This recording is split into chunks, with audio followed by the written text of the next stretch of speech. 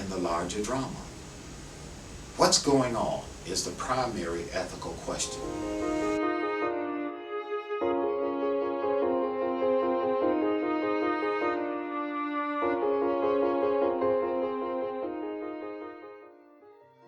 Leader is an individual, and sometimes a group of individuals, who significantly influence the thoughts, feelings, and behaviors of a significant number of people. Leadership is the ability to see possibilities that are unrealized and to persuade others of the vision and the prospect for reaching those unrealized potentials. It's like a President Obama or president of a college or the CEO of a company. They have to be confident in who they are and in what they're doing, because if they're not, people will run over them, people will not believe in them, so they have to take charge. He also can think very clearly and very comprehensively about issues and problems, and that too is a very remarkable characteristic of a good leader. That is our calling. But Morehouse aspires to do even more as we seek to cultivate in talented and smart young men leaders who are committed to service, committed to lives of integrity. Leadership is a follower being led, leading people. I don't think leadership is autonomy. I don't think it's totalitarianism. I think it is a responsible person who is aware that they are still being led.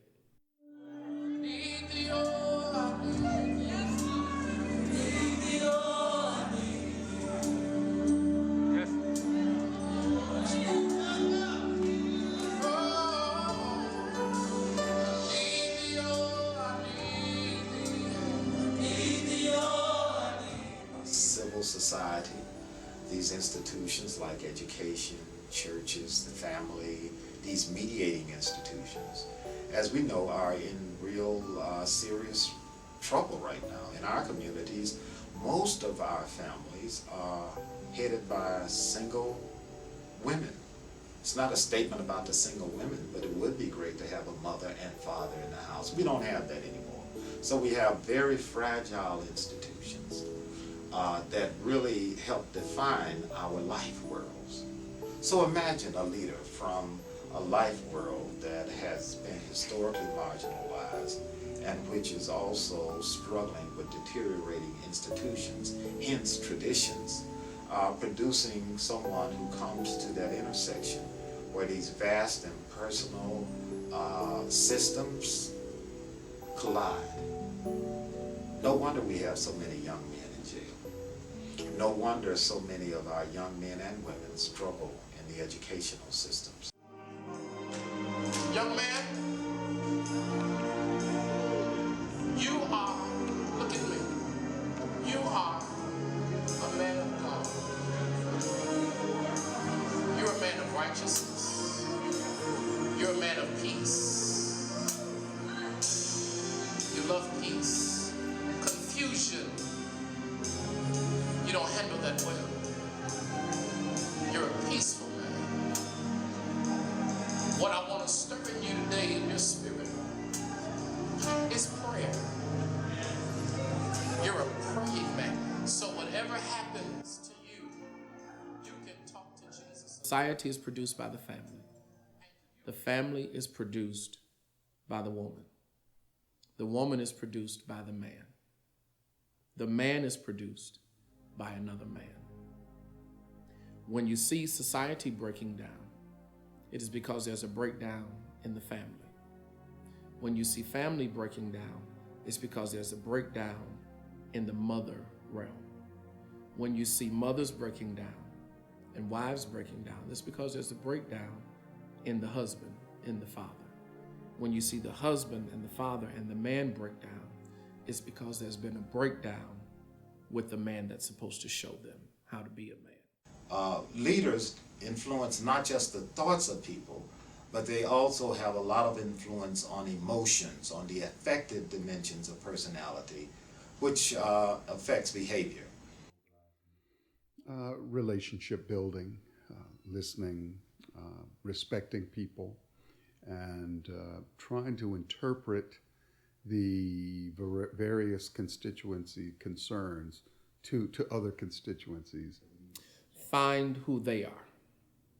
When I discover who they are and what their niche is, if they're working in their niche, they'll work.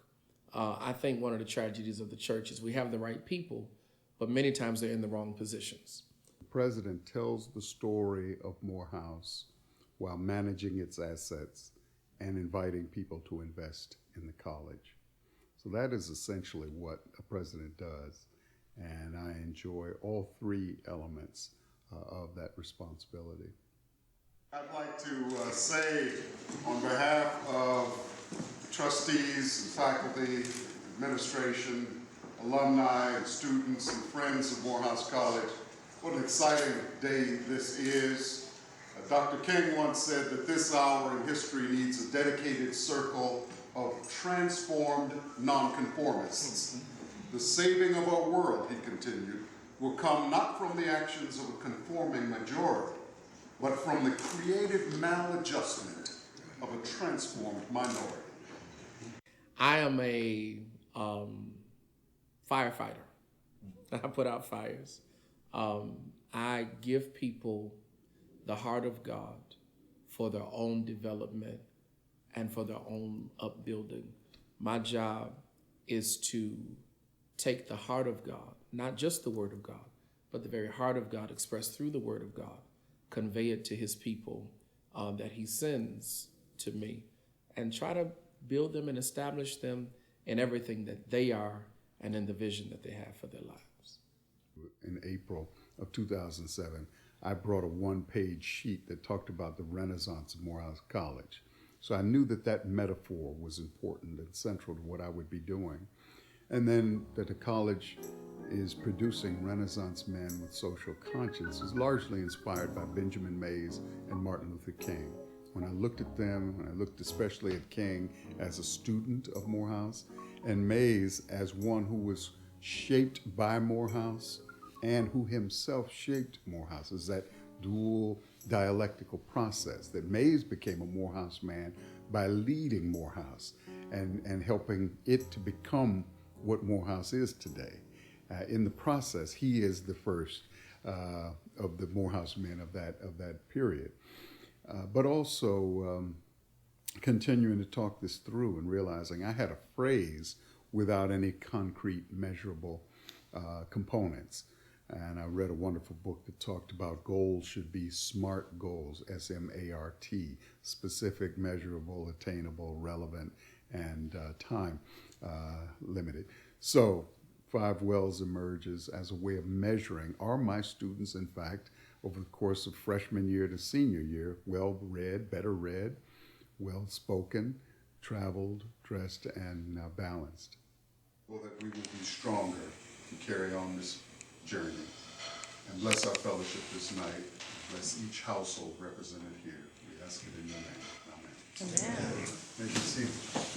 This is a message from W.B. Du Bois, who, as you all know, is the first African American to receive a PhD from Harvard University.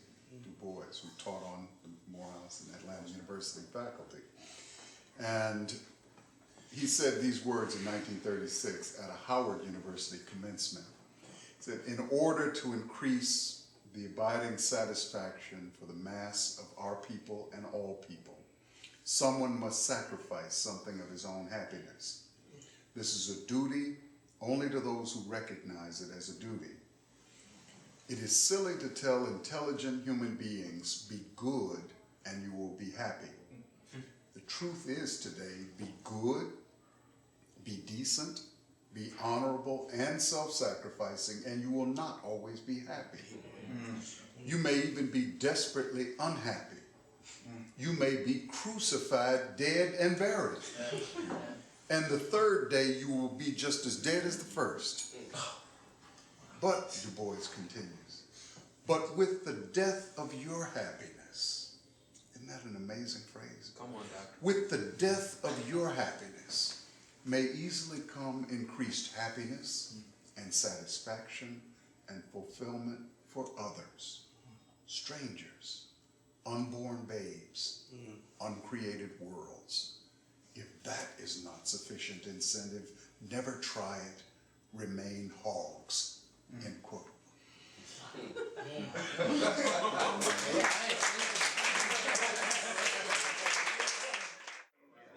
Thank you, sir. All right, thanks for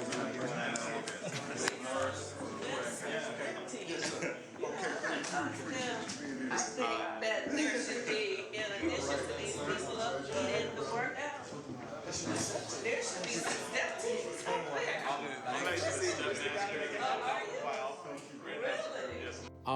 Building a people was his instruction to me. He told me when we started the church, don't try to feed people your vision.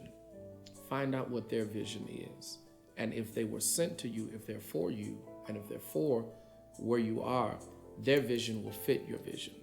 And so as you build them and encourage them and strengthen them and break certain things off of them, and then encourage certain other things in them, as they flourish in their vision, they will bring your vision to pass.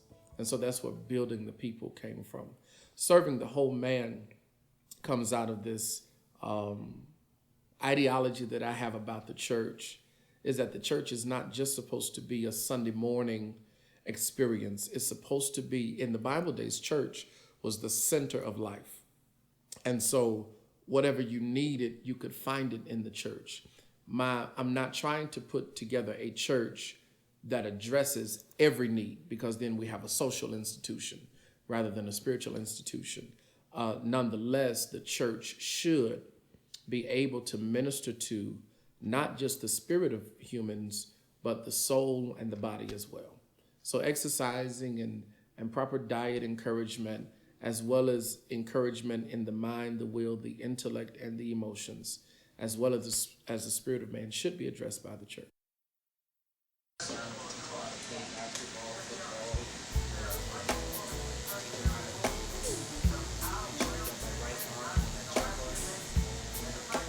I think the presentation of a person should be based on what is expected of them, what is required of them. Making choices about how one presents oneself in public is an important part of the presentation of excellence. And so I give some thought to my clothing choices and how I prepare myself with respect to grooming. And I think that to the extent that each of us has a brand and is a brand, we of course want to market effectively and to present what we understand to be Morehouse excellence in an intentional way. This can be a challenge at times when one wants to relax, and for instance, at times I feel the challenge of living in a bubble, and having to get dressed a little more than I ordinarily would just to go out to the store on a Saturday afternoon. I chuckle when I hear President Obama say that he's not able to skip shaving, for instance, on Saturday, because if he does, as he used to when he was in the Senate, people start having conversations, what's wrong with the president, what's going on. I still enjoy being able to relax a little as I did as a professor, but I'm far more aware now of being watched and evaluated always, and wanting to present Morehouse in a positive light. Well, I write late at night, so after everyone else has gone to bed, I get started. And that is a process. Often I need a muse, some creative spark. And I often turn to other artists to make that happen. I will read a well-written essay or read a few pages of a book that I love the language of, or even watch a segment of a movie, something creative, something going on external that helps stir me internally. And so that was happening at the time, and watching various things and movies and television and reading widely, and began sketching the ideas for the speech, and also trying to be more attentive to not over talking the speech, speaking too long, trying to respect the audience and connect with them, but also to provide the digest of the pearls of the vision I wanted to articulate.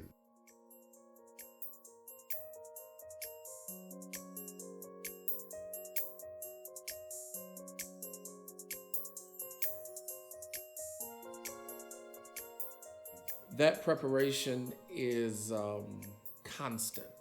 It's a constant, not only reading the Bible, but making myself open and aware of what's going on in our country, what's going on in our world, how we can better ourselves. And then usually the preparation for preaching is listening. And I'm hearing what is being said in my spirit, or in my inner man, if you want to say it that way. And what I'm hearing, that's what I'm communicating. And I'm hearing it, and I'll find the scriptures and find where it is, and then communicate that in a way that is relevant, not to the Bible times, but to our current times.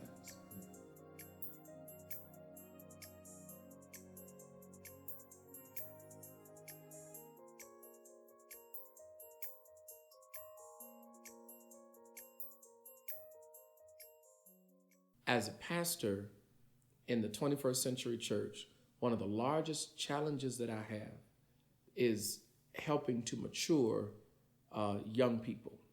And so, though I'm not that old myself, I have an old spirit. I grew up around older people, my pastor and the like. So I think you dress according to where you're going. I think your attire dictates a dimension of respect. If I come in the pulpit in a t-shirt and jeans and some Jordans, then that's the level of respect that I think I'll get from the people. I present myself, and then I was trained. I was trained very, very well by my previous pastor to present yourself accordingly. So you'll not hardly ever see me preaching without a tie on. The most relaxed I'll get is a shirt with no tie, still a suit.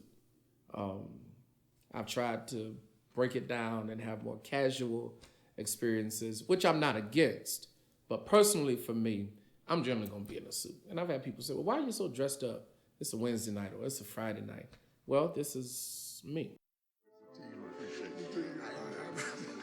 Okay, it's actually 11:02.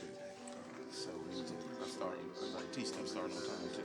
So if he's not here, I will sort of say, like, gentlemen, this is the occasion. And keep it moving. Okay?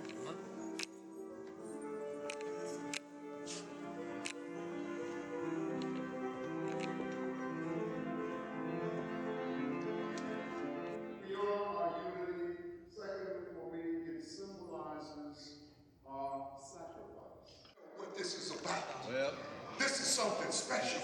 This is something others envy and crave, but they cannot have. Preach. This is something they may tease you about, but you and I know, because they must not know about us. So when we talk about the African diaspora, it means the scattered sons of Africa all over the globe, scattered by the ravages of history and slavery and colonization and oppression. We've been scattered, but look at me now. I'm wearing my blazer declaring our people are coming together. We are unified. And in the spirit of John Hope, Benjamin Mays, Hugh Gloucester, and Walter Massey, we stand together as one Morehouse nation. Thank you, gentlemen.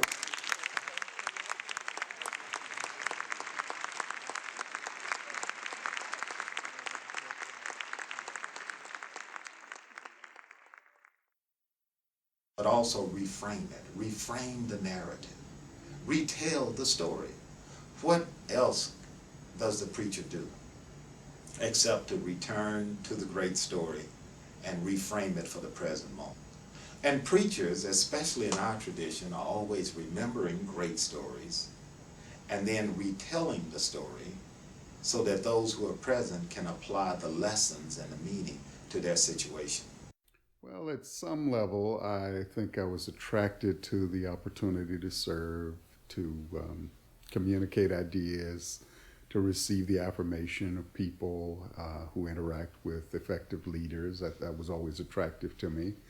I felt that I could motivate and mobilize people in positive ways. And at another level, I think one feels called to do this work. And so I felt this is what I'm supposed to do. And if I could do something else, I would. I think by nature I'm a bit more shy and reclusive at times. And then there's this other side that is exceedingly public and engaged with large numbers of people. It don't make no sense to you. And I got the news for you. It ain't supposed to. Because it don't even make sense to me. But I've decided I'm going to walk by faith and not by sight. I made up in my mind that I'm not going to die in this process. I'm not going to quit in this process. I'm not going to give up in this process. Even though it feels like I'm walking all by myself. I'm all right. It's what I do without a lot of trying to do. It's just a result of who I am. Sometimes you don't know what you're born to do until you're doing it. And I always thought I would pastor. I thought maybe 40, 45 years old. Actually started the church at 25 years old. So it was just right. It was a fit. It's sort of like getting married. People always ask, how do you know when you found your mate? And there is no formula. You just know. It just fits. And this just fit. And people follow. So I guess it fit pretty well. Well, I saw a couple of leaders that were very significant for me early in my life. One was my grandmother. The other was my pastor. Beyond that, there were other more distant leaders on television and in newspapers that impressed me. To begin with, my grandmother was an extraordinary woman who was not formally educated in a significant measure, some elementary school, but she was a woman who people loved and regarded as a person of authority. She was a church missionary and a mother in the church, and just this powerful moral rhetoric that she employed. The other person was my pastor, Bishop Lewis Henry Ford, who was a real public pastor. The politicians and the mayor and everyone knew him. And he exemplified for me a kind of public leader who goes beyond your parochial interest, even the interest of the African American community, to serve a much broader public. Leadership started for me probably back in elementary school. Back in school in my church, I was always leading something, whether it was singing in school, even up to high school was really when it kind of fell in place. When I was class president and then student body president, I went to a lot of leadership seminars and workshops.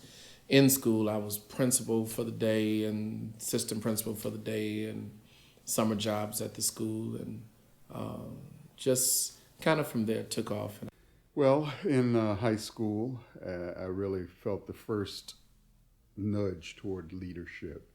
And in that respect, it was student leadership at the end of my high school years.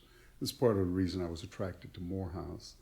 While at Morehouse, I hit the campus running as a leader and ran for office and served on student council and was elected to the Board of Trustees as a student representative. It was a great honor. On my wall in the president's office at Morehouse in Gloucester Hall, I keep a handwritten memorandum or note regarding a complaint I had about the food in the cafeteria. So this is my role as a student representative, addressing this to the president of the college and the trustees, and trying to document our concerns and organize them neatly. My unusual penmanship and printing with block letters is, by the way, from my father. He did that, and I imitated that style. I reflect on how I listened to students and tried to capture their concerns, summarize them in a concise, persuasive way, and then present them to the powers that be. And so now that letter's on my wall to remind me of what it was like to be a Morehouse student and how to express some discontent and high expectations of the school.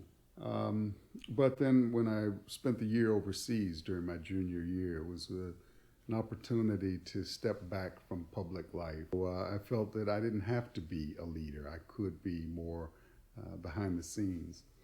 And then again felt kind of called to lead later as the opportunity to lead the ITC emerged and to really be a real leader in the sense of a president of an organization with ultimate responsibility. When I was consecrated to the bishopric, I had been invited to the bishopric probably 4 or 5 times by 4 or 5 different bishops.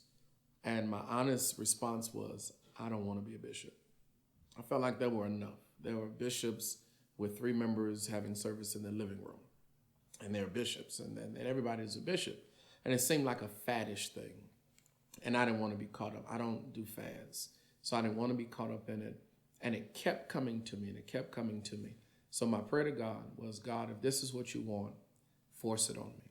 And do it in such a way that I don't have any other choice. It's like, God, you added something else to my plate, so you must be giving me strength to carry these things out. During the pastorate, I just kind of fell in love with eagles. I know for me, eagles are symbols of excellence. Come on, wind up with me.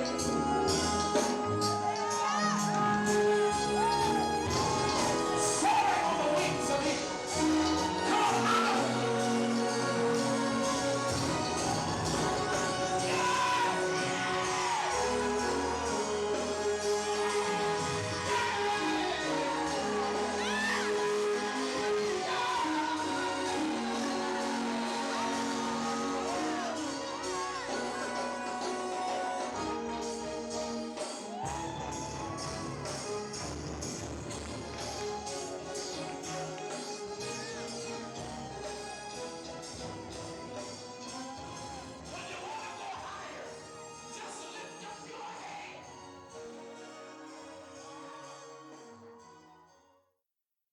Not only that, but eagles are kind of symbols of strength and loneliness.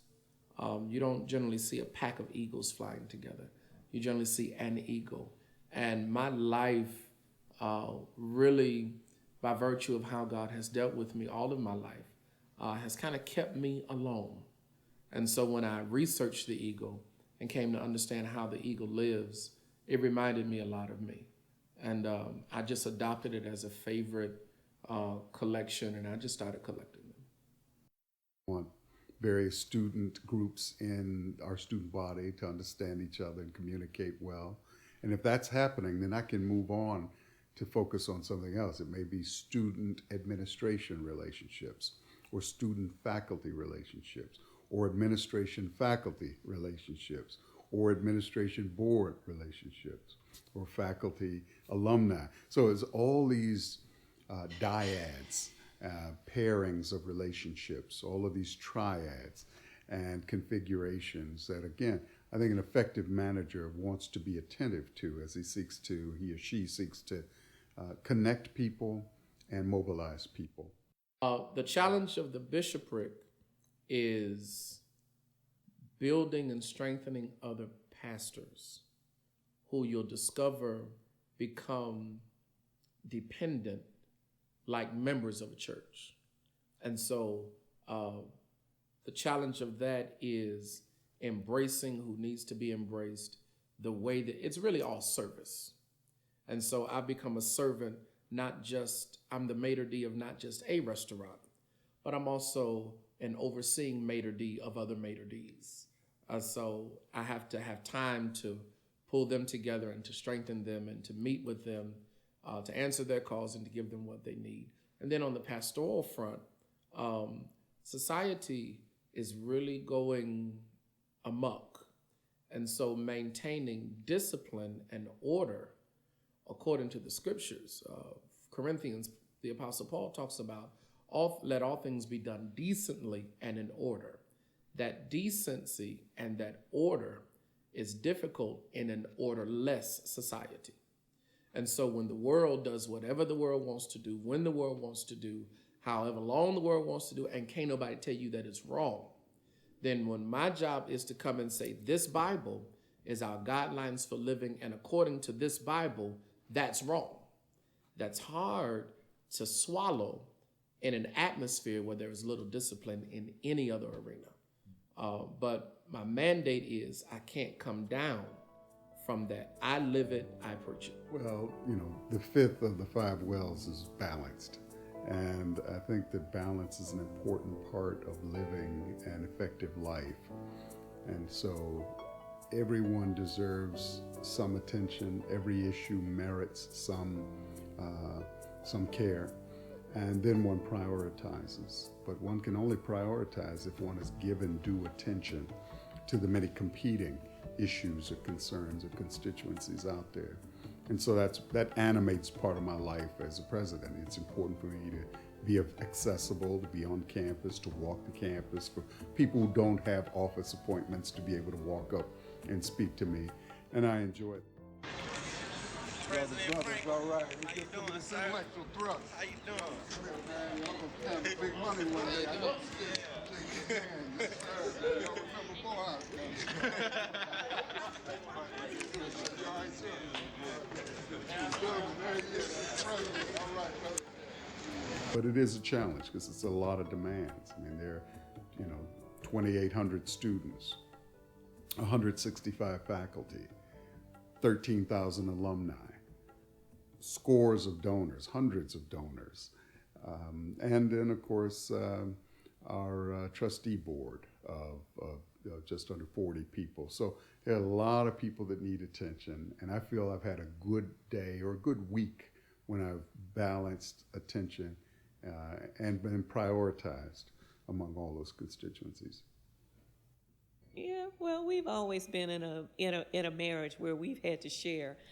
We both have careers, and so we sort of learned early on that we also belonged to these careers and to a public of some sort. We've been married almost 25 years, and so I think that we've sort of learned how to do that. And I feel good about it when I'm sharing him with something that's a noble cause and something that he believes in very passionately and something that I believe in pretty passionately as well. And so it doesn't feel as much of a sacrifice, even though I guess in some ways it is. And Dr. Luceva, Dean Nick said, roses will do just fine. So Cheryl's here and you look lovely tonight. I do and have had to come to grips with the fact that I have to share him just because of who he is and really, who he was created to be in this earth, is a leader. And early on, we've been married for almost 13 years this year. And early on, I really had a difficult time kind of balancing that and kind of, I guess, accepting the fact that I did not marry just a regular old 9-to-5 kind of person. And it was kind of difficult at first.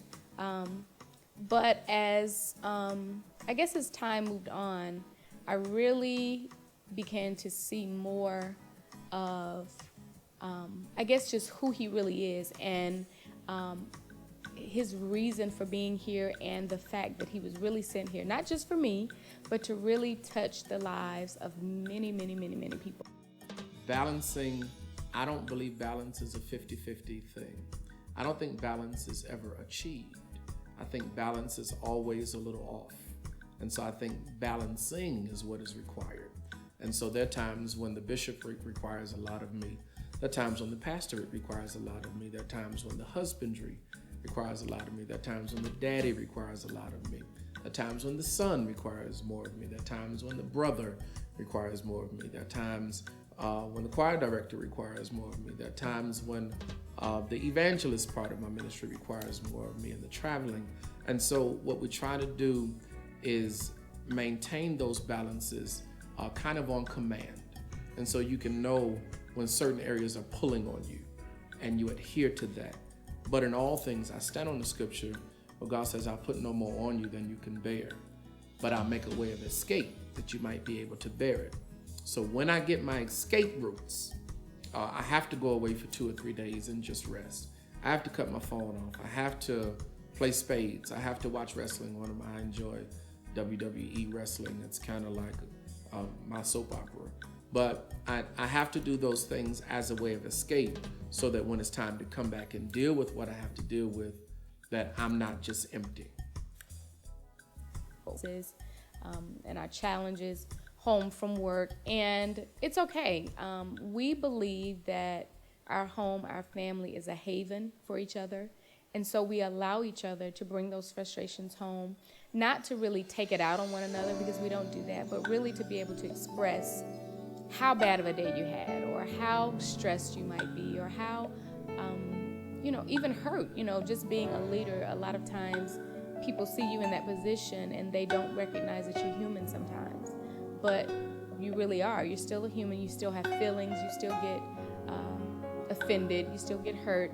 And because you are a leader, you can't always voice that or express it. And so home is the place that the both of us have learned how to come rest in the comfort of our family and really be able to express how bad of a day, how stressful we are, how challenging things are going, but then at the end of that, be able to encourage and strengthen one another so that the next day we can get up and do it all over again. So, when we want to repair our society, we're going to have to go all the way back down to the root and start having men stand up and be men again, responsible for their families, responsible for the choices and decisions they've made, standing up, pushing, pressing, fighting, clawing, and then being examples to other men.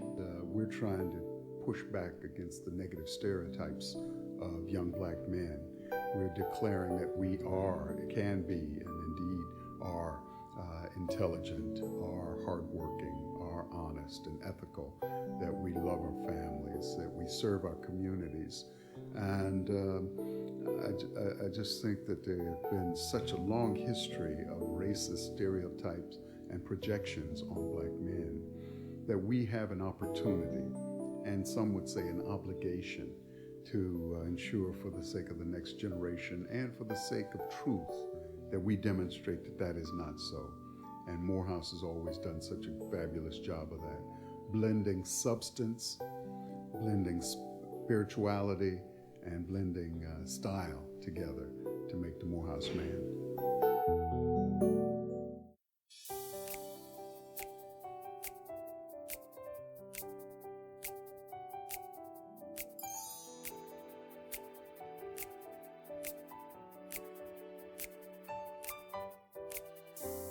In the morning, a brand new day is waiting just for you.